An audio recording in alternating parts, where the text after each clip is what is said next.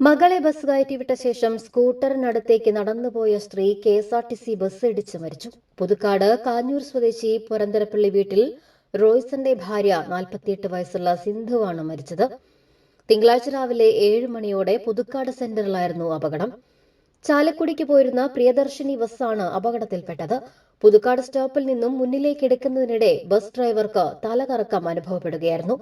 നിയന്ത്രണം വിട്ട ബസ് വഴിയോരത്തെ കൂടി നടന്നു പോവുകയായിരുന്ന സിന്ധുവിനെ ഇടിച്ചു തെറിപ്പിച്ച ശേഷം ദേശീയപാതയോരത്തുള്ള ചായക്കടയിലേക്ക് ഇടിച്ചു കയറി.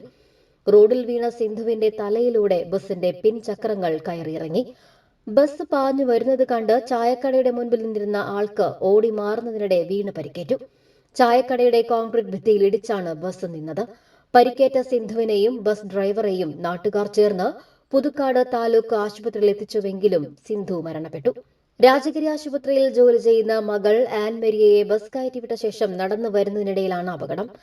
കനത്ത മഴയെ തുടർന്ന് CG റോഡിന് സമീപം സ്കൂട്ടർ നിർത്തിയ ശേഷം മകൾ ധരിച്ചിരുന്ന മഴക്കോട്ട് തിരികെ വാങ്ങാനാണ് സിന്ധു ബസ് സ്റ്റോപ്പിലേക്ക് പോയത്.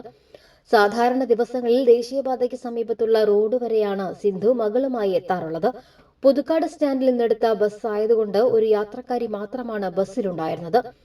നിയന്ത്രണം വിട്ട ബസ് ഓട്ടോ സ്റ്റാൻഡിനിടയിലൂടെയാണ് പാഞ്ഞു കയറി ചായക്കട പ്രവർത്തിക്കുന്ന കെട്ടിടത്തിലേക്ക് ഇടിച്ചു കയറിയത്. പുതുക്കാട് പോലീസ് മേൽ നടപടികൾ സ്വീകരിച്ചു.